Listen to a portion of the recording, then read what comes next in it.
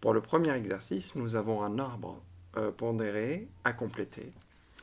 Alors, P de A est égal à 0,65. Là, il faut juste relever. Afin de trouver la probabilité de A bar, il faudrait savoir que la somme doit faire 1. Donc, il me manque 0,35. Ici, on a 0,3 et 0,6. Donc, qu'est-ce que c'est que 0,7? Donc là, je mets la valeur. P de B sachant A, donc on est ici, sachant qu'on a A, la probabilité d'avoir B sachant qu'on a A est de 0,7. Attention, ce n'est pas la probabilité de B, ça c'est la probabilité de B sachant A.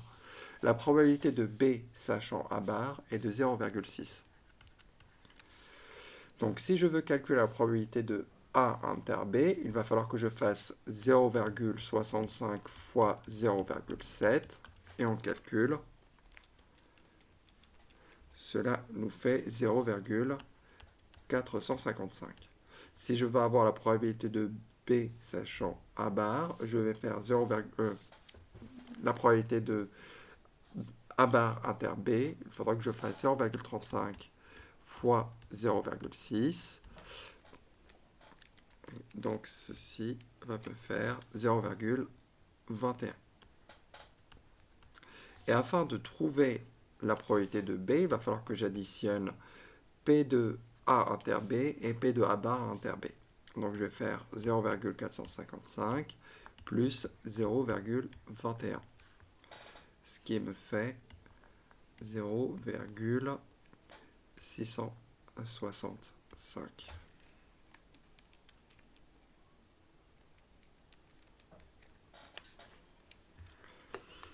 On passe à l'exercice 2. Donc ici, une urne contient 2 boules rouges et 3 boules bleues. L'expérience aléatoire consiste à effectuer 2 tirages successifs sans remise. C'est-à-dire une fois qu'on l'a tiré, on ne la remet plus. B1, c'est la première boule est bleue. B2, la deuxième boule est bleue. Donc il va falloir faire un arbre de probabilité pondéré. Donc sachant que la première, soit elle donne bleu ou pas bleu. Donc là, la deuxième, pareil. Donc on va faire ici un arbre. Je vais avoir 2 fois 2, 4. Donc 1, 2, 3, 4. Et voilà. Donc ça, c'est la première épreuve. Deuxième épreuve. Donc, la première épreuve, donc B1, B1 bar. Soit la première boule est bleue, soit elle n'est pas bleue. Soit la deuxième boule est bleue, soit on ne l'est pas. Et donc, pareil ici. Quand on a sans remise, attention, c'est dépendant. Ils ne sont pas indépendants. Donc au départ, je sais qu'il y a 2 boules rouges et 3 boules bleues.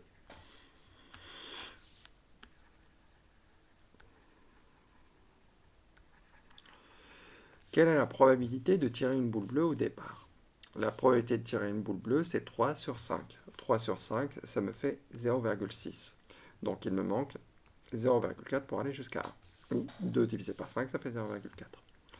Alors, ici, si l'on veut savoir quelle est la probabilité d'avoir une deuxième boule bleue, la deuxième qui est bleue, sachant que la première est bleue. Donc là, on va retirer cette boule-là.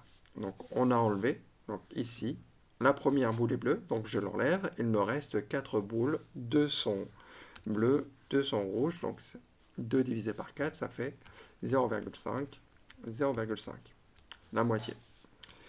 Maintenant, je remets la boule. Donc là, on regarde ici. Qu'est-ce qui se passe si la première boule est rouge? Donc je vais gommer ceci. Donc voilà ce que ça donne. Quelle est la probabilité d'avoir une deuxième boule qui est bleue? La probabilité de tirer la deuxième qui va être bleue, c'est 3 sur les 4, c'est-à-dire 0,75. Et la probabilité de tirer une deuxième boule rouge, ça sera 0,25.